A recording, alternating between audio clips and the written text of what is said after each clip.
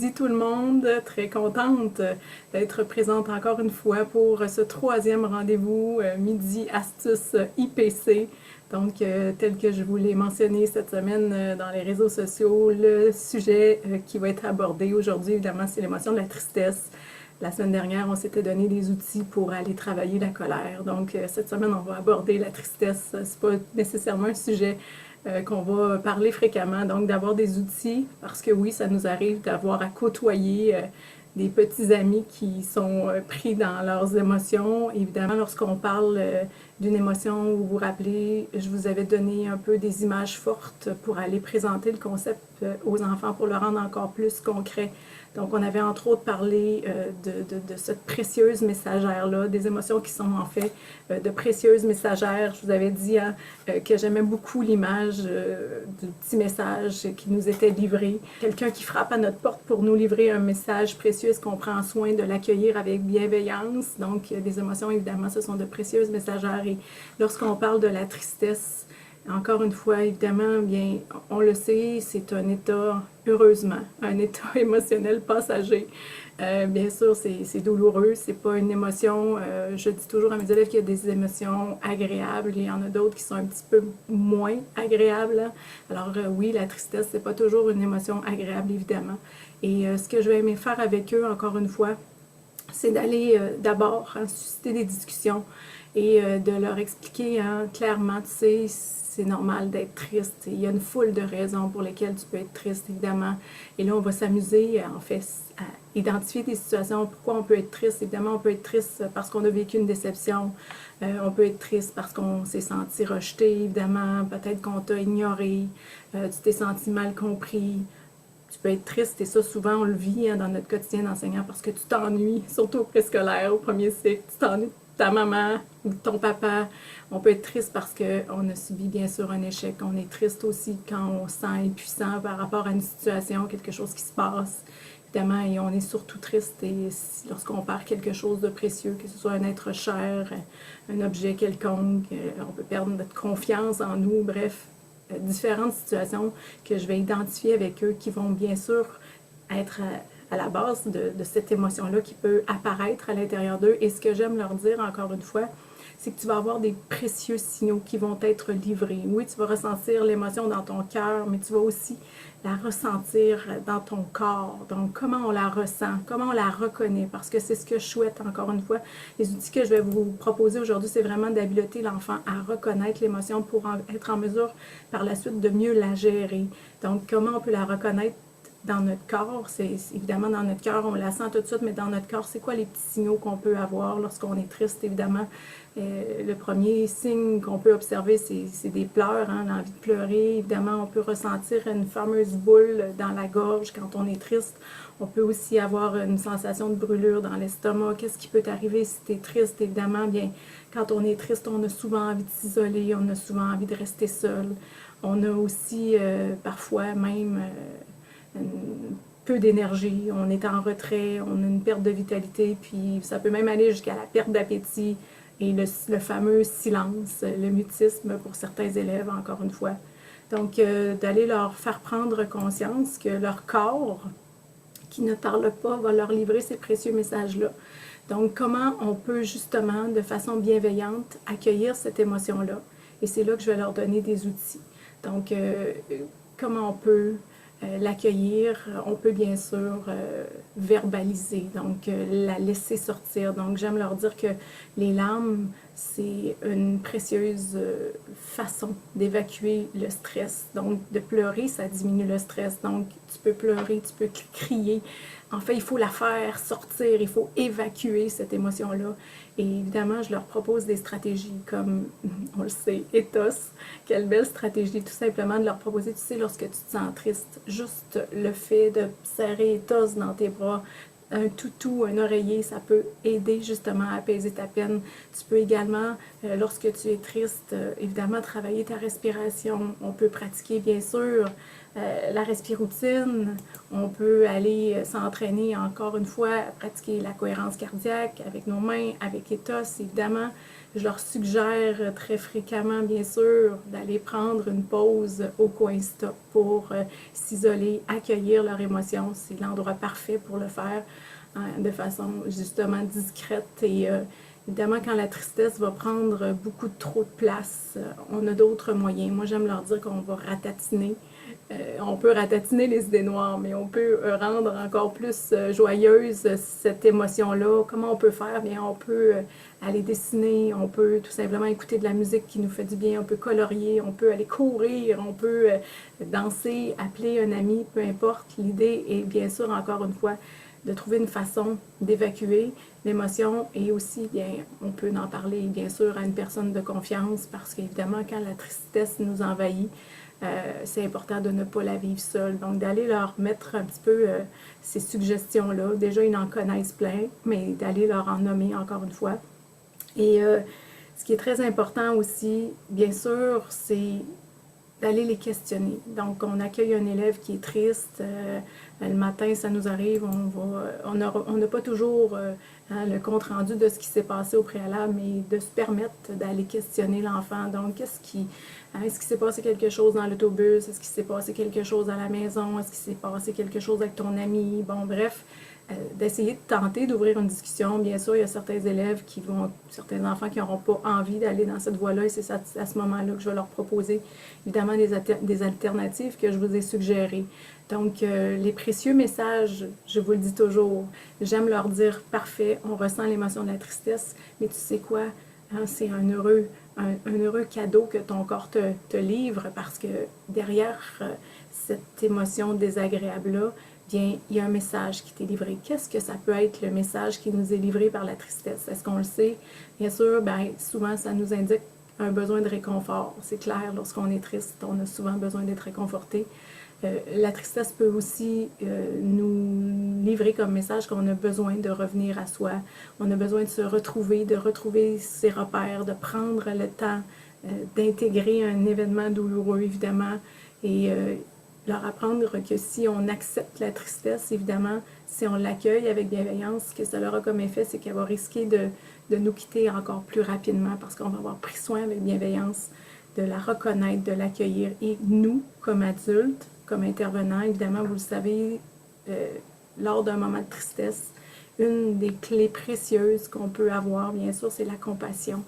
Donc, tout simplement d'aller prendre le temps de se préoccuper de la souffrance de l'enfant, prendre le temps de l'accueillir, prendre le temps, évidemment, d'aller discuter avec, mais de prendre soin de l'enfant. Et vous savez, je vous en parle souvent, les fameux câlins, la puissance des câlins, le fameux cocktail magique. Donc, de prendre soin, d'aller donner un simple câlin du foie. Et quand j'aime également le moment du matin où on prend la météo, où on s'arrête pour prendre la météo intérieure. Je vous ai dit, hein, j'aime leur dire, vous savez, les copains, c'est quoi l'application que tu penses que tes parents ou grand-maman, grand-papa regardent le plus souvent sur son téléphone? Évidemment, c'est Météo Média. Est-ce qu'on prend soin d'aller prendre notre météo intérieure? Donc, de s'arrêter à l'arrivée des élèves, de prendre ce moment-là. C'est d'ailleurs une suggestion que vous avez dans les cartes IPC, la fameuse météo intérieure. Donc, aujourd'hui, ton cœur, il se sent de quelle couleur? Et là, justement, en profiter pour aller justement travailler la couleur des émotions avec l'outil thérapeutique Ethos, si jamais vous l'avez. Donc, ça peut être justement ton cœur, il se sent de quelle couleur? Comment te sens-tu? Est-ce que c'est nuageux? Est-ce que c'est ensoleillé? Est-ce que c'est sombre? Est-ce que c'est lumineux?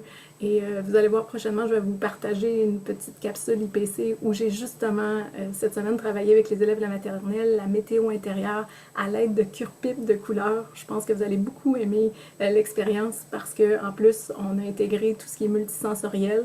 Les élèves ont adoré. Bref, de prendre le temps d'aller identifier notre météo intérieure. Il y a aussi dans les suggestions que vous avez dans les cartes IPC, si jamais ce sont des outils, évidemment, le fameux sablier que vous connaissez encore et que je vous parle souvent.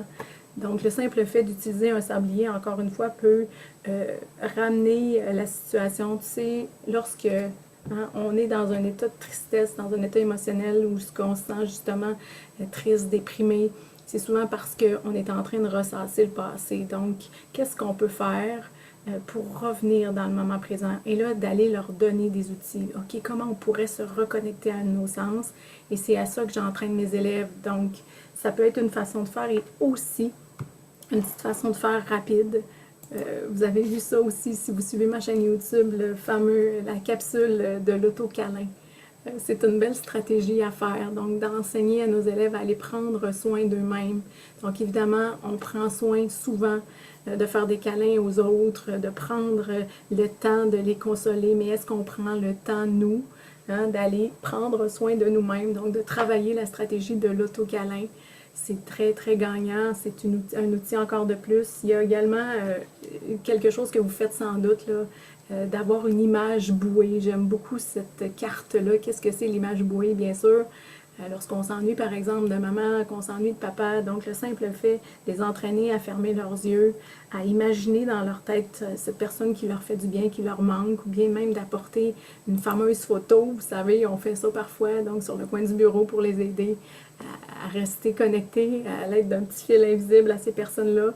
Alors évidemment, Nathalie nous suggère de faire l'auto-câlin, oui, avec nous-mêmes tous les matins, c'est vrai.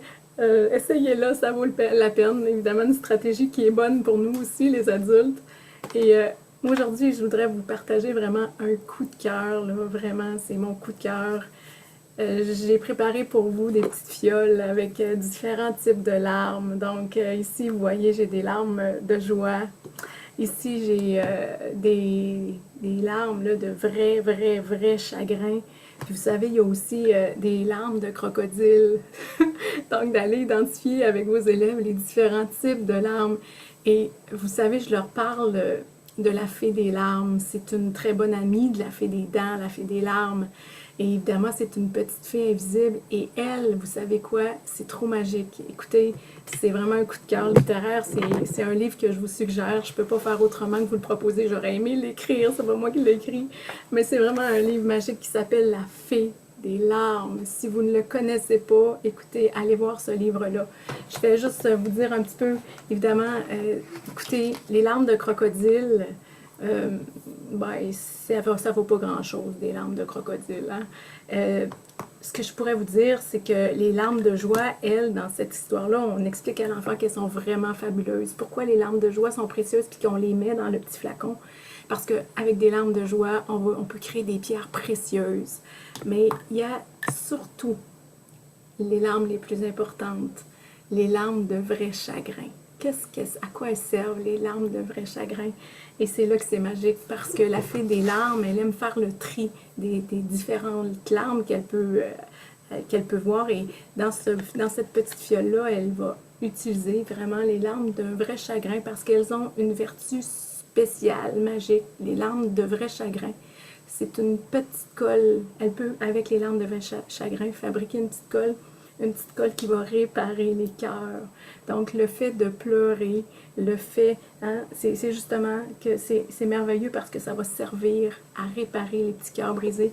Et que justement, on dit que souvent, il y a des gens qui ne vont pas pleurer lorsqu'ils ont de la peine. Ils gardent leurs larmes en dedans. Puis c'est bien dommage parce que la fée des larmes, elle ne peut pas réparer les cœurs brisés si on ne laisse pas sortir les petites larmes. Et cette image-là, l'année dernière, a été vraiment puissante avec un petit garçon, entre autres, de ma classe, qui, pour lui, là, évidemment, il n'est pas question de pleurer. C'est pas pour les gars, vous savez, on a ça. Puis cette histoire-là, j'en avais profité pour lui présenter, puis j'avais vu vraiment l'impact que ça avait eu sur lui. Puis justement, j'allais souvent mentionner, tu sais, tu as de la peine, tu as le droit de pleurer, c'est précieux, les larmes de vrai chagrin, ça va permettre à ton cœur de se réparer. Encore une fois, c'est une image puissante qui va les aider à mieux verbaliser leurs émotions. Fait que je voulais vous partager cette petite stratégie-là. Encore une fois, un coup de cœur que j'ai trouvé. Évidemment, vous connaissez bien sûr le livre de la lettre magique, l'histoire d'Ophélie.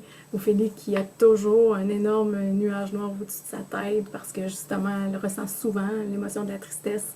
Et là, bien sûr, une façon de chasser la tristesse, c'est encore une fois d'aller travailler à reconnaître nos petits B, nos petits bonheurs de la journée. Ça l'aide justement à changer le focus, à mettre le focus sur ce qu'on a, ce qui nous rend heureux. Donc, de prendre conscience de ça peut aider l'enfant à changer son état d'esprit. Donc ça, c'est différentes stratégies que j'utilise. Évidemment, je suis certaine que vous avez tous des trucs peut-être à nous partager. La semaine dernière, c'était génial. J'ai des enseignantes qui nous ont partagé des trucs sur la colère.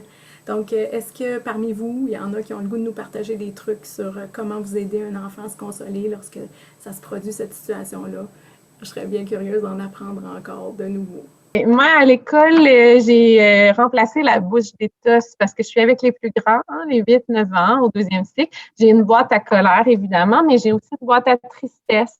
Donc, parfois, la bouche d'étos serait trop pleine. Donc, on utilise les boîtes. Puis, on a une boîte à bonheur qui fait un lien aussi avec Ophélie. Donc, nos petits chagrins ou nos gros chagrins ou nos états d'esprit par rapport aux émotions, on les dépose dans des boîtes. Puis, les boîtes, ensuite, elles sont vidées dans le foyer à la maison pour que les émotions disparaissent. Donc, avec les plus grands, ça fonctionne bien. Puis le fait de dessiner ou d'écrire, parce que souvent, ils sont capables d'écrire aussi, ça les libère. Puis il y en a qui ont des petits chagrins, ils l'écrivent en minuscules. Puis il y en a qui en ont des gros, qui ont besoin d'une grande feuille. Donc, je pense que c'est plus approprié parfois que la bouche des tosses, là, étant donné qu'on est avec les plus grands. Oui, merci Elise. Puis ça me fait penser aussi, j'aime leur expliquer.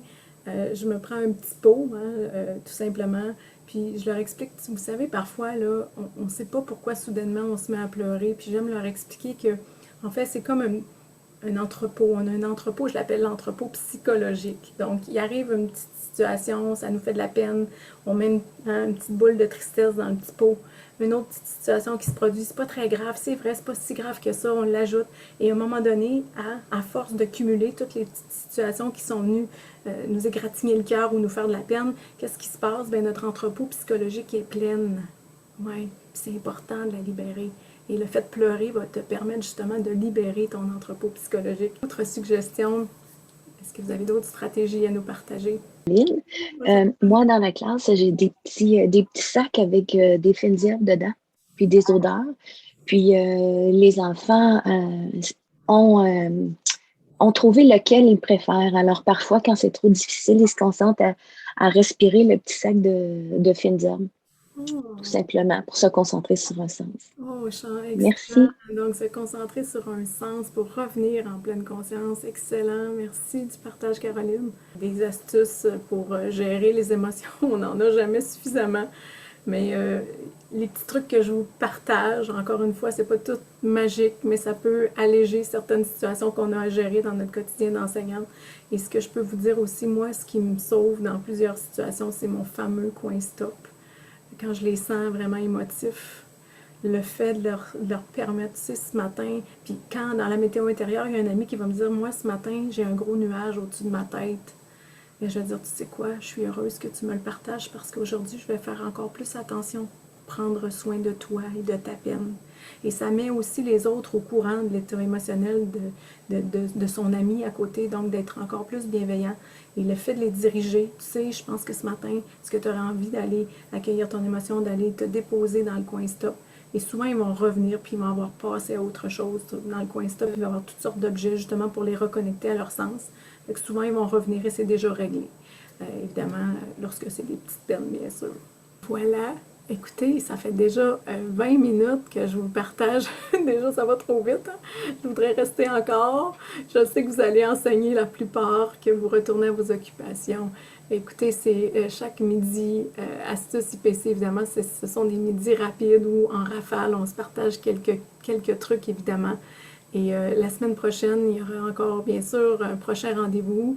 Jeudi prochain, cette fois-ci, ce sera le thème de la peur. Donc déjà, si vous avez déjà en tête des idées, ce serait super qu'on puisse partager à ce sujet-là la semaine prochaine. Donc je vous dis merci parce qu'on a encore été nombreux ce midi. Merci de vous rendre à ce rendez-vous. Ça me touche à chaque fois de voir que vous prenez le temps de venir vous connecter pour partager vos astuces et vos trucs.